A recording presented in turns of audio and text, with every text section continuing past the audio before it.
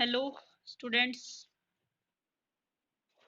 आज का हमारा टॉपिक है बिजनेस लॉ में राइट टू इंफॉर्मेशन एक्ट 2005, सूचना का अधिकार अधिनियम 2005। सबसे पहले हम ये जानना चाहेंगे कि क्या होता है सूचना का अधिकार। इस सूचना का अधिकार मतलब भारत जो कि हमारा एक लोकतांत्रिक देश है। लोकतंत्र होने का मतलब क्या है कि यहाँ पर सबसे पहले लोकतंत्र का मीनिंग क्लियर होना चाहिए कि लोकतंत्र क्या है। जनता का, जनता के द्वारा और जनता के लिए सरकार। मतलब हमारा देश एक लोकतांत्रिक देश इसलिए बोला जाता है क्योंकि ये जनता के द्वारा बनाया जाता है, जनता के लिए होता है और जनता की सरकार होती है। ठीक है ना, इसलिए इसको लोकतांत्रिक देश माना जाता है। मतलब कहने का क्या होता है कि इस व्यवस्था में क्या होता है कि शासन करने की जितनी भी शक्तियां होती हैं, इट मीन सरकार चलाने की या प्रबंधन करने की जितनी भी शक्तियां होती हैं वो सारी की सारी जनता के पास रहती हैं। इसलिए इसको लोकतांत्रिक देश बोला जाता है। और जो अब्राहम लिंकन के बारे में आप लोगों ने सुना भी होगा, उन्होंने भी कहा था कि लोकतांत्रिक या लोकतंत्र मीन्स जनता की, जनता के द्वारा और जनता के लिए सरकार है। इसलिए शासनिक कार्यों को चलाने के लिए और उनकी गतिविधियों के बारे में सूचना प्राप्त करने के लिए प्रत्येक व्यक्ति को अधिकार प्रदान किए गए हैं। उनको बोलते हैं मौलिक अधिकार। मीन्स प्रत्येक व्यक्ति को यह अधिकार होता है कि वो अपनी शासकीय व्यवस्था के बारे में किसी भी प्रकार की कोई भी इंफॉर्मेशन लेने का अधिकार रखता है। ठीक है, कोई, क्योंकि हमारे सरकार या लोकतांत्रिक व्यवस्था के अंदर वो कब सक्सेसफुल होगी या फिर और ज्यादा मजबूत कब बोली जाएगी, क्योंकि अगर उस देश के नागरिक बहुत ज्यादा जागरूक होंगे और देश के नागरिकों को हर एक कार्य प्रणाली को जानने का अधिकार होगा तो वो देश सक्सेस बोला जाएगा और उस देश की नींव भी मजबूत बोली जाएगी। ठीक है, तो इसलिए ये सूचना का अधिकार 2000 अधिकार अधिनियम, जिसको हम राइट टू इंफॉर्मेशन या आरटीआई एक्ट बोलते हैं। ठीक है, हाँ जी बेटा। ना स्क्रीन नहीं है, आप लोग अपनी बुक होगी आप लोगों के पास। हाँ, है ना, मिल गया। हाँ जी। तो क्या होगा, लोकतंत्र की जागरूक की जनता को सारी सूचनाओं का पता होना चाहिए, हर एक चीज के बारे में जानकारी होनी चाहिए। इसलिए विश्व के बहुत सारे, वर्ल्ड के बहुत सारे देशों में तो ये कानून है जो पहले से लागू हो चुका था, बट इंडिया के अंदर ये कानून अभी तक लागू नहीं हुआ था।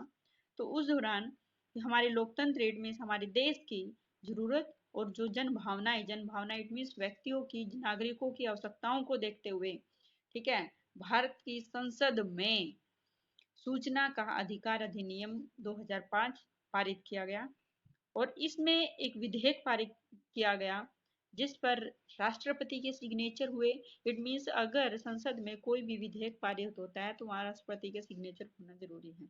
तो राष्ट्रपति के सिग्नेचर हुए और सिग्नेचर होने के बाद 12 अक्टूबर 2005 में ये अधिनियम पूरे देश में लागू हो गया। ठीक है, अब जो सूचना का अधिकार भारतीय संविधान के अनुच्छेद 19(1), इट मीन जो इंडियन कॉन्स्टिट्यूशन है, भारतीय संविधान है, उसके अंदर उसका जो एक अनुच्छेद है 19(1) में नागरिकों को प्राप्त मौलिक अधिकारों का एक भाग है। इट मीन्स 19 जो भारतीय संविधान है 19 का, उसका एक अनुच्छेद 19(1) में नागरिकों को दिए गए मौलिक अधिकारों के बारे में बताया गया है कि नागरिकों को कौन कौन से मौलिक अधिकार प्रदान किए गए हैं। कौन कौन से अधिकार हैं, स्वतंत्रता का अधिकार, पढ़ने का अधिकार, घूमने का अधिकार, ये सारे हैं ना।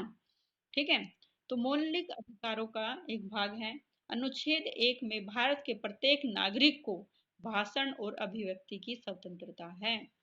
ठीक है ना। हर एक व्यक्ति को कहीं पर भी अपने विचार रखने की स्वतंत्रता है और भाषण देने की स्वतंत्रता है। ठीक है। जो और उसके बाद जो हमारा सर्वोच्च न्यायालय है उसने 1976 में राज नारायण बनाम उत्तर प्रदेश में का एक मामला था, मतलब राज नारायण थे, उनका एक मामला था जिसमें कहा गया था कि जानकारी के अभाव में व्यक्ति अपने आप को अभिव्यक्त नहीं कर सकता। मीन्स अगर व्यक्ति को किसी भी टॉपिक के बारे में कोई भी जानकारी ही नहीं होगी तो वो अपने बातें कैसे रख सकता है। इसलिए तो ये अधिकार प्रदान किया गया कि अगर व्यक्ति किसी भी टॉपिक पे या किसी भी विषय पे बात करना चाहता है तो वो उसकी जानकारी प्राप्त कर सकता है। ठीक है। तो इसलिए सूचना का अधिकार संविधान के अनुच्छेद 19 में निहित है। इसमें सर्वोच्च न्यायालय ने कहा कि भारत एक लोकतंत्र है और लोकतंत्र में क्योंकि जनता सरकार की असली मालिक है, क्योंकि लोकतंत्र वर्ड जब भी आएगा ना तो आपके माइंड में ये आ जाना चाहिए कि ये हमारा जनता का है, जनता के लिए है और जनता के द्वारा है। इसलिए सारे जो ये देश है, यहाँ की सरकार है, उसकी असली मालिक कौन है? जनता है। ठीक है। मालिक को यह अधिकार होता है कि वह सरकार की जो कि जनता की सेवक है। ठीक है। क्योंकि सरकार किसके द्वारा बनाई गई? जनता के द्वारा बनाई गई, जनता के लिए बनाई गई। ठीक है। तो इसलिए जो सरकार होती है वो जनता की सेवक होती है। जो प्रतिनिधि चुने जाते हैं वो जनता की सेवा करने के लिए चुने जाते हैं। ठीक है। तो उसकी कार्यप्रणाली के बारे में पूरी जानकारी होनी चाहिए। इसलिए सर्वोच्च न्यायालय ने right to information it mean सूचना के अधिकार को मौलिक अधिकारों का एक अंग बना दिया। ठीक है। और जब से हमारा सूचना का अधिकार आया है, इसमें नागरिकों को कोई नया अधिकार प्रदान नहीं करता, क्योंकि सूचना का अधिकार तो संविधान के अनुच्छेद 19(1) में पहले से ही है, परंतु बस नागरिकों को उसका वैधानिक रूप प्रदान कर दिया गया। मतलब सूचना का अधिकार पहले था, हमारे संविधान में पहले से लिखा हुआ था, परंतु लोगों को इस प्रकार का वैधानिक दर्जा नहीं था इस अधिकार को। बस 2005 जो ये अधिनियम लाया गया, इसमें उनको वैधानिक अधिकार प्रदान कर दिया गया। ठीक है। तो सूचना के अधिकार अधिनियम 2005 में नागरिकों के इस अधिकार को वैधानिक रूप प्रदान किया गया और ये नया कानून नागरिकों को सरकारी तंत्र में सरकारी जो कार्य प्रणाली है, सरकारी दफ्तर हैं, कार्यालय हैं, ठीक है, उनके बारे में, उनकी प्रक्रिया के बारे में विस्तार से बताएगा, जिसमें प्रत्येक व्यक्ति अपने अधिकारों का यूज करेगा। और यह कानून उन तरीकों को भी स्पष्ट करेगा जिससे कि नागरिकों को सूचना कहाँ से मिल सकती है, वो कैसे इंफॉर्मेशन ले सकते हैं, उसके लिए कितनी फीस देनी पड़ेगी, इन सभी के बारे में उसको जानकारी मिलती है। ठीक है। यहाँ तक समझ में आया? हाँ जी। उसके बाद है मीनिंग क्या है राइट टू इंफॉर्मेशन एक्ट का। सूचना के अधिकार का मीनिंग भारत के किसी भी व्यक्ति को भारत में स्थित सरकारी तथा सार्वजनिक क्षेत्र के कार्यालयों, प्रतिष्ठानों, गैर सरकारी संगठनों जो कि केंद्र या राज्य द्वारा नियंत्रित हैं। आगे नहीं वही बातें कि भारत का कोई भी व्यक्ति भारत में कहीं पर भी स्थित है, चाहे वो सरकारी कार्यालय है, चाहे वो पब्लिक ऑफिस है या इंस्टीट्यूशंस हैं या गैर सरकारी है, चाहे वो सेंट्रल लेवल पे है, चाहे वो स्टेट लेवल पे है, उन स्टेट लेवल के अंडर है। ठीक है। चाहे वो डायरेक्ट या इनडायरेक्ट, सो अपोजिट मीन्स सेल्फ फाइनेंस्ड है। सेल्फ फाइनेंस का मतलब अपने आप से बिजनेस स्टार्ट किया हुआ है। तो इन कार्यालयों के कार्यों और गतिविधियों की सूचना प्राप्त करने का कानूनी अधिकार प्राप्त है। ठीक है। तो इसमें कौन कौन से अधिकार दिए गए हैं, तो इन अधिकारों के बारे में हम देखेंगे। तो सबसे पहला अधिकार है सरकार से कोई पूछने का, कोई प्रश्न पूछने एवं कोई सूचना मांगने का अधिकार। मतलब कहने का क्या है कि इसमें जो राइट टू इंफॉर्मेशन एक्ट है, इसमें हम कोई भी व्यक्ति सरकार से कोई भी प्रश्न पूछ सकता है और किसी भी प्रकार की कोई भी इंफॉर्मेशन ले सकता है जो कि ऑफिस से रिलेटेड है। ठीक है। या फिर दूसरा क्या होगा, किसी सरकारी दस्तावेज का निरीक्षण कर सकता है। इट मीन्स मान लीजिए कोई गवर्नमेंट डॉक्यूमेंट्स है, ठीक है, उसको क्या कर सकता है, चेक करने का अधिकार, इट मीन्स उसकी कोई कॉपी, किसी पेज की कॉपी लेने का अधिकार है, फोटो कॉपी भी प्राप्त कर सकता है वो उसकी। ठीक है, नेक्स्ट क्या होगा, किसी भी कार्य, सरकारी कार्य, इट मीन्स जो भी मान लीजिएगा हमारा कोई कंस्ट्रक्शन वर्क चल रहा है या किसी भी टाइप का कोई काम चल रहा है, ठीक है, निर्माणी कार्य वर्ड दे दिया, का निरीक्षण करने का अधिकार, अथवा सरकारी कार्य में प्रयोग होने वाली सामग्री का प्रमाणित नमूना, जिसको हम सैंपल बोलते हैं, ठीक है, सैंपल लेने का भी अधिकार है। मतलब कहने का क्या होता है, अगर ये सारे अधिकार कैसे मिलेंगे, ऐसे नहीं होगा कि कोई भी व्यक्ति अगर कहीं कहीं पे भी किसी भी सरकारी ऑफिस में घुस जाएगा और उसको बोलेगा भी अपने रिकॉर्ड दिखा, हमें ऐसा नहीं। ये इंफॉर्मेशन कैसे, मैंने आपको अभी अभी बताई ऊपर कि इसका एक प्रॉपर वे होता है, ठीक है, कि आपको सूचना कैसे मिल सकती है। इसके लिए आपको पहले एक फॉर्म फिल करना पड़ेगा, जो निर्धारित फीस मांग होती है, सरकारी जो इस इंफॉर्मेशन लेने के लिए जो फीस निर्धारित की गई है, वो फीस जमा करानी होती है, ठीक है, उसके बाद आपको सूचना मिल सकती है। ऐसे नहीं होगा कि आप जहां मर्जी जाएं और वहीं से उसकी कॉपी ले लें, उसको वहीं उसकी बिल्डिंग, मतलब गवर्नमेंट काम चल रहा है और वहां जाए उसका सैंपल लेना शुरू कर दें, नो, ऐसा नहीं होगा। इसके लिए प्रॉपर तरीके से ही आपको ये सारी चीजें मिल सकती हैं, अदरवाइज नहीं मिलेंगी। समझ आई बात है? हाँ जी। नेक्स्ट है, किसी सूचना की disc, floppy, tape, video cassette के रूप में या किसी अन्य इलेक्ट्रॉनिक उपकरण के माध्यम से कंप्यूटर में भंडारित सूचना प्राप्त करने का अधिकार। क्या कहता है कि ये किसी सूचना की डिस्क, मतलब हमें कोई भी इंफॉर्मेशन चाहिए, मान लीजिएगा कोई इंफॉर्मेशन हमारी ऑनलाइन है, ठीक है, उस इंफॉर्मेशन लेने के लिए भी हम क्या करेंगे, या तो हम उसकी सीडी वगैरह बनवाना चाहते हैं, टेप बनवाना चाहते हैं, ठीक है, या उसकी फाइल लेना चाहते हैं या किसी भी अदर पेन ड्राइव में लेना चाहते हैं, तो ये सारे के सारे इस टाइप से भी हम इंफॉर्मेशन ले सकते हैं। ठीक है, नेक्स्ट है, अधिकारी अथवा अन्य कर्मचारियों के कर्तव्यों, शक्तियों, निर्णयों, कार्यप्रणाली तथा कार्य मापदंड आदि की जानकारी प्राप्त करने का अधिकार। ठीक है, अधिकारी क्या कर सकता है, तथा अन्य कर्मचारियों के व्यक्तियों, कर्तव्यों मीन्स वो किसी भी, हम मतलब कोई भी नागरिक अगर इंफॉर्मेशन चाहता है तो वो किसी भी अधिकारी की या उसके कर्मचारियों की, ठीक है, उसके काम, उसकी क्या क्या पावर्स हैं, वो क्या क्या डिसीजन ले सकता है, उसकी क्या क्या कार्य प्रणाली है, इन सब की जानकारी प्राप्त करने का अधिकारी होता है। ठीक है, नेक्स्ट होता है, सूचना का अधिकार अधिनियम 2005 की क्या क्या विशेषताएं हैं। मौलिक विशेषताएं, सबसे पहला पॉइंट क्या है, इस अधिनियम का संक्षिप्त नाम सूचना का अधिकार अधिनियम 2005 है। ठीक है, दूसरा क्या है, यह अधिनियम एक समुचित सरकार की परिभाषा, इट मीन्स ये जो एक्ट है ना, ये पूरी सरकार की एक डेफिनेशन देता है।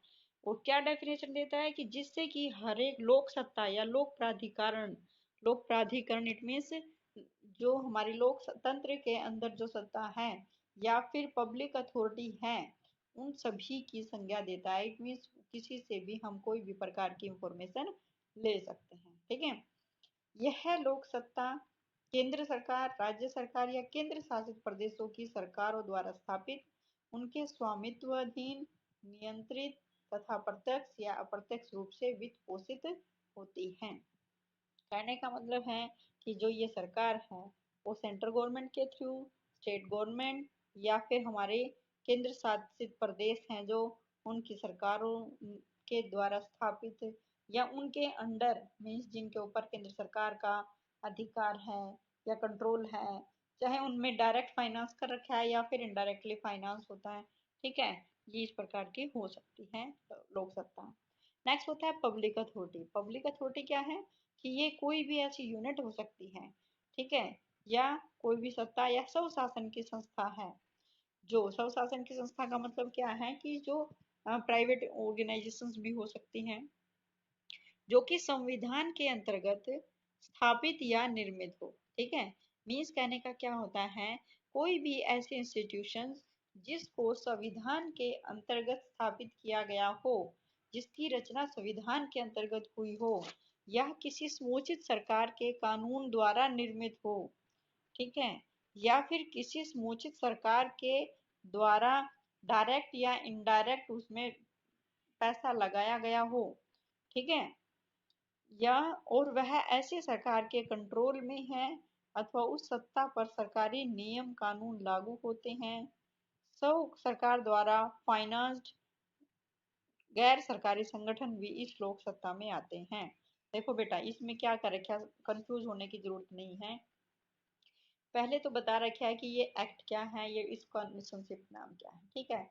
इसमें इन्होंने कहा समूची सरकार, मीन्स पूरी सरकार की व्यवस्था को शामिल किया है।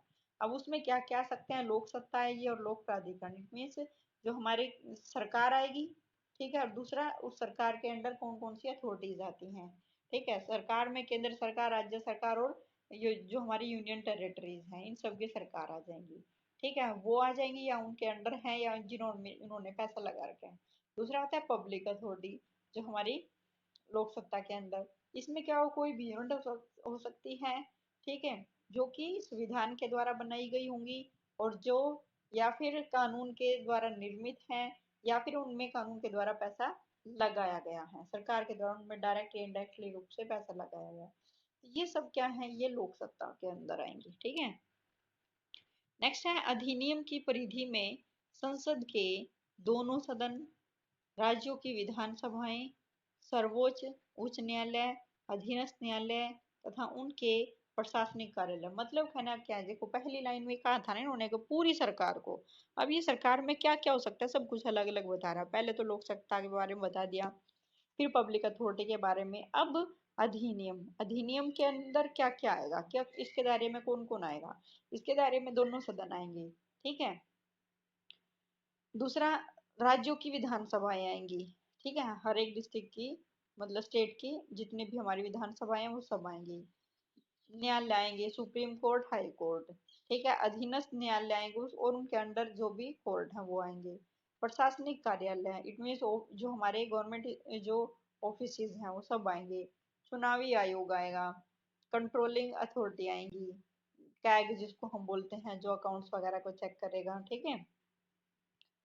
और उसके बाद संघ लोक सेवा आयोग, यूपीएससी वगैरह आ जाएंगे, इसमें सब कुछ आ जाएंगे। तो देश के अंदर विद्यमान केवल आंतरिक तथा विदेशी निजी संस्थाएं ही अधिनियम की परिधि से बाहर रखी जाती हैं। मतलब कहना क्या होता है कि इस देश के अंदर जो भी इंस्टीट्यूशन है, चाहे वो इंटरनल है चाहे वो फॉरेन है, सिर्फ जो प्राइवेट इंस्टीट्यूशन है ना, वो ही इसमें नहीं आएंगे, क्योंकि प्राइवेट इंस्टीट्यूशन से हम किसी भी टाइप की कोई भी इंफॉर्मेशन नहीं ले सकते, ठीक है। तो यहाँ पर सिर्फ और सिर्फ जो भी गवर्नमेंट के अंडर इंस्टीट्यूशंस हैं, ठीक है, उनसे ही हम इंफॉर्मेशन मांग सकते हैं। क्लियर। यह अधिनियम लोक प्राधिकरणों के अधिकारियों पर यह दायित्व डालता है कि जो भी हमारी अथॉरिटीज हैं, ठीक है, उन अथॉरिटीज के जो अधिकारी हैं उनके ऊपर अधिकार क्या डालता है, ये दायित्व डालता है कि वह सूचना को जनता के लिए उपलब्ध कराए तथा सूचना उपलब्ध कराने की प्रणाली तथा मशीनरी तैयार रखे, ठीक है, कि हमने जो जो सूचना बनाई है उनको जनता के लिए उपलब्ध करवाया जाए और सूचना उपलब्ध कराने की जो प्रणाली है हमारी या मशीनरी है उसको हम तैयार रखें, ठीक है। दूसरा होता है यदि सूचना किसी अन्य कार्यालय या अन्य सूचना अधिकारी से संबंधित है। मतलब कहने का क्या है कि अगर कोई भी इंफॉर्मेशन ऐसी है जो कि किसी अदर ऑफिस से संबंधित है, ठीक है, या किसी अदर ऑफिसर से संबंधित है, तो सूचना के लिए आवेदन प्राप्त करने वाला जन सूचना अधिकारी इस आवेदन को संबंधित कार्यालय के जन सूचना अधिकारी के पास भेज सकता है। कहने का मतलब ये है बेटा जी, अगर हम जिस प्रकार की कोई इंफॉर्मेशन लेना चाहते हैं, तो इंफॉर्मेशन लेने के लिए, और वो इंफॉर्मेशन किसी अदर ऑफिस से रिलेटेड है, हमारे ऑफिस से रिलेटेड नहीं है, तो जो जनता, मतलब इंफॉर्मेशन देने वाला जो अधिकारी है वो संबंधित अधिकारी के पास उस इंफॉर्मेशन को भेज देगा, ठीक है। नेक्स्ट, अधिनियम के अनुसार सूचना के लिए आवेदन देने की तिथि से 30 दिन के भीतर मांगी गई सूचना उपलब्ध करवाना अनिवार्य है। देखो इस बात का ध्यान दें कि अधिनियम ये क्या कहता है, सूचना के लिए आवेदन देने की तिथि से, मतलब जिस डेट पे एप्लीकेशन दी, ठीक है, उस डेट से 30 दिन के अंदर अंदर हमें इंफॉर्मेशन मिलना बहुत जरूरी होता है, आवेदन देने की तिथि से। ठीक है, मान लीजिएगा मैं आज एप्लीकेशन लगाती हूँ, ठीक है, आज डेट कितनी है, 8, 8 अप्रैल, 8 मई। तो 8 मई को मैं एप्लीकेशन लगाती हूँ, तो 30 दिन कौन सी डेट में बनेंगे, तो अगले 7 तारीख को बनेंगे। ठीक है, तो 7 या 6 को बनेंगे, जो भी है। तो 30 दिन के भीतर भीतर भीतर जो हमने सूचना मांगी है वो संबंधित अधिकारी को उपलब्ध करवानी होगी। ठीक है, यदि इस सूचना में कोई तीसरा पक्ष भी शामिल है तो यह समय बढ़कर 40 दिन हो सकता है। मान लीजिएगा इंफॉर्मेशन है वो हमारे ऑफिस से रिलेटेड है, प्लस हमें ये इंफॉर्मेशन, कुछ इंफॉर्मेशन दूसरे ऑफिस की भी है। ठीक है, तो ये जो टाइम लिमिट हो जाती है ये 40 दिन का टाइम हो जाता है। ठीक है, तो 40 दिन के अंदर हम इस इंफॉर्मेशन को देंगे। और परंतु कई बार ऐसा हो जाता है कि यदि सूचना किसी व्यक्ति के जीवन और स्वतंत्रता को प्रभावित करने वाली है, मान लीजिएगा अगर ऑफिस से रिलेटेड कोई इंफॉर्मेशन है तो वहाँ बेटा जी 30 दिन का टाइम होता है, जिस दिन एप्लीकेशन दी उसके बाद। और अब इंफॉर्मेशन अगर अदर ऑफिस से रिलेटेड है तो 30 से 40 दिन हो जाएंगे, 10 दिन और बढ़ जाएंगे। पर अगर इंफॉर्मेशन इस टाइप की है कि वो हमारी लाइफ से रिलेटेड है या हमारी फ्रीडम को रोकती है, ठीक है, तो ऐसी स्थिति में सूचना को 48 घंटे के अंदर अंदर उपलब्ध करवाना अनिवार्य है। ठीक है, तीन मतलब कहने का क्या होता है, 2 दिन के अंदर अंदर। ठीक है, सूचना के लिए फीस तर्क संगत होनी चाहिए। इट मीन्स मैंने आपको पहले ही बताया था कि कोई भी ऐसे ही इंफॉर्मेशन नहीं मांग सकता, तो उसके लिए उसको फीस जमा करानी पड़ेगी, और वो फीस है ना ज़्यादा होनी चाहिए और ना ही कम। निर्धनता रेखा से नीचे जीवन यापन कर रहे लोगों से कोई फीस नहीं ली जानी चाहिए। इट मीन्स जो बीपीएल परिवार से हैं, ठीक है, और उनको कोई इंफॉर्मेशन चाहिए तो उनको किसी भी प्रकार की कोई इंफॉर्मेशन मतलब फीस जमा नहीं करनी पड़ेगी। ठीक है, नेक्स्ट है, इस अधिनियम के प्रावधानानुसार सर्वोच्च शिखर पर एक केंद्रीय सूचना अधिकारी, मतलब सबसे ऊपर कौन होगा, एक सेंट्रल इंफॉर्मेशन आयोग होगा, कमीशन जिसको हम बोलते हैं, तथा प्रत्येक राज्य में राज्य सूचना आयोग होगा। देखो सेंट्रल लेवल पे तो क्या होगा, केंद्रीय सूचना अधिकारी होगा, ठीक है, जिसको हम बोलते हैं सेंट्रल इंफॉर्मेशन कमीशन।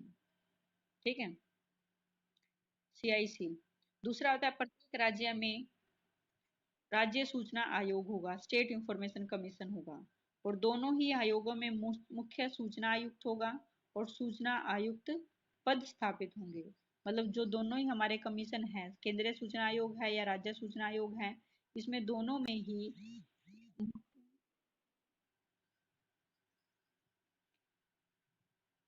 आयुक्त और सूचना आयुक्त पद स्थापित होंगे। ठीक है, नेक्स्ट है, इस एक्ट के अंदर अपील के लिए एक 2 स्तरीय फोरम की भी व्यवस्था की जाएगी। इट मीन्स 2 लेवल मंच। ठीक है, डिसाइड किया जाएगा, स्टेज डिसाइड की जाएगी। इसमें क्या होगा, एक होगा प्रथम अपील जन सूचना अधिकारी, ठीक है, और दूसरा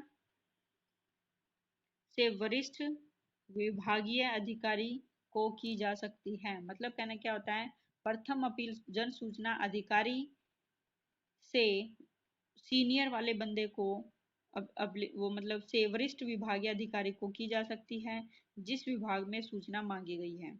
तो दूसरी अपील कहाँ कर सकते हैं, सूचना आयोग की जा सकती है। मतलब कहना है क्या होता है, हमें इंफॉर्मेशन लेनी होती है तो सबसे पहले हम किसके पास भेजेंगे, जन सूचना अधिकारी का जो भी सीनियर पर्सन है, विभागीय अधिकारी, उसको भेजेंगे। ठीक है, और वहां से सूचना लेंगे।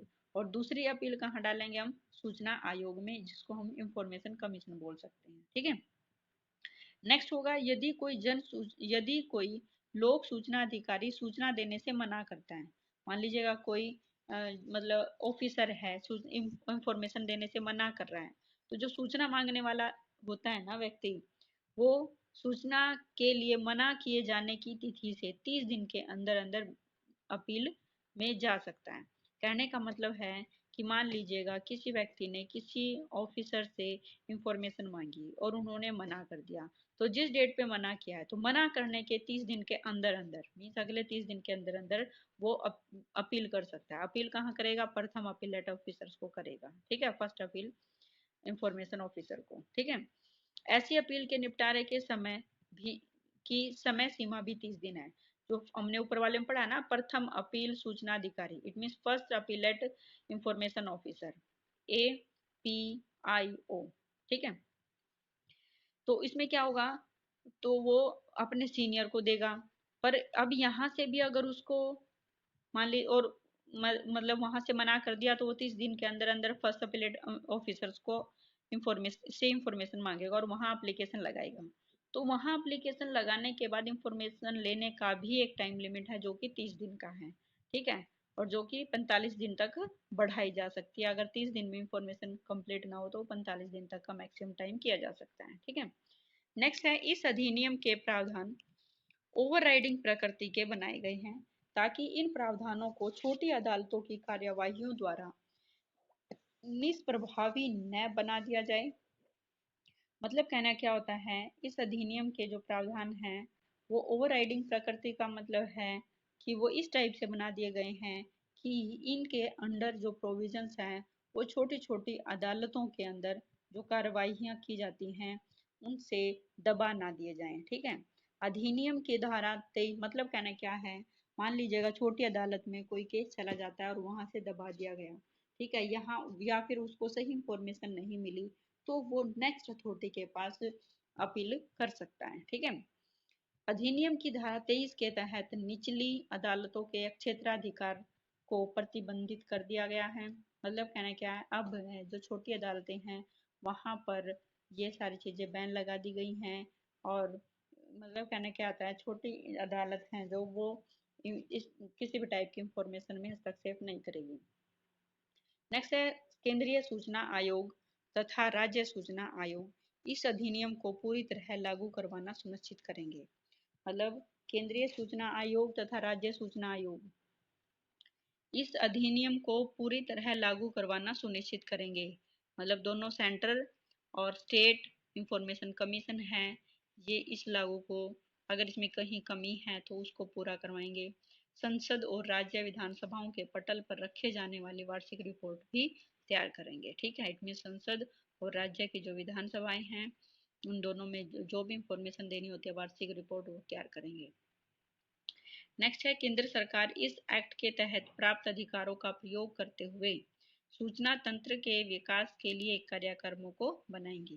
मतलब सेंट्रल गवर्नमेंट है ने इस एक्ट के तहत जो भी अधिकार प्राप्त किए हैं उनको सूचना तंत्र के विकास के लिए कार्यक्रमों को बनाया जाएगा, ठीक है।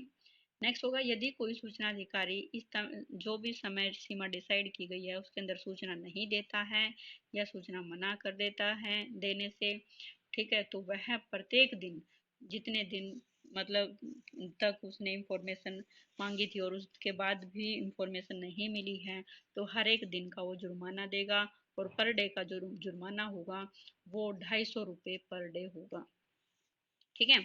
और ये जुर्माना मैक्सिमम कितना हो सकता है? 25,000 तक हो सकता है। नेक्स्ट होगा, तय समय सीमा के भीतर सूचना न देने पर आवेदक की फीस वापस करनी पड़ती है। मान लीजिएगा जो टाइम लिमिट है उस टाइम लिमिट के अंदर अगर इंफॉर्मेशन नहीं दी तो जितनी भी फीस हमने अप्लीकेंट से ली थी वो फीस भी वापस करनी पड़ेगी, ठीक है। और यदि कोई व्यक्ति किसी वजह से लिखित आवेदन देने में असमर्थ है, मान लीजिए कोई व्यक्ति ऐसा है कि वो एप्लीकेशन है वो रिटर्न में नहीं दे पाता है, तो वह मौखिक आवेदन लोक सूचना अधिकारी को अपनी बात बोल कर भी बता सकता है, ठीक है। या फिर उसका मौखिक आवेदन मतलब इस टाइप से जो उसकी एप्लीकेशन आएगी उसको हम मौखिक आवेदन बोलेंगे, और जन सूचना अधिकारी उसको लिखित बनाने में सहायता करेगा, क्योंकि वो तो उसको तो उसने रिटर्न में मौखिक रूप से दे दी बोल करके, तो जो सूचना अधिकारी है वो उसकी बात को लिखेगा, ठीक है, और उसको क्या करेगा, या फिर उसका रिकॉर्ड बनाएगा, ठीक है, और उसके आगे की कार्यवाही के लिए वो उसको भेज देगा, ठीक है। यहाँ तक समझ आया बेटा? आई थिंक एनफ हो गया। ये चैप्टर हम स्पीड से नहीं कर सकते, बहुत ही ध्यान से समझना पड़ेगा।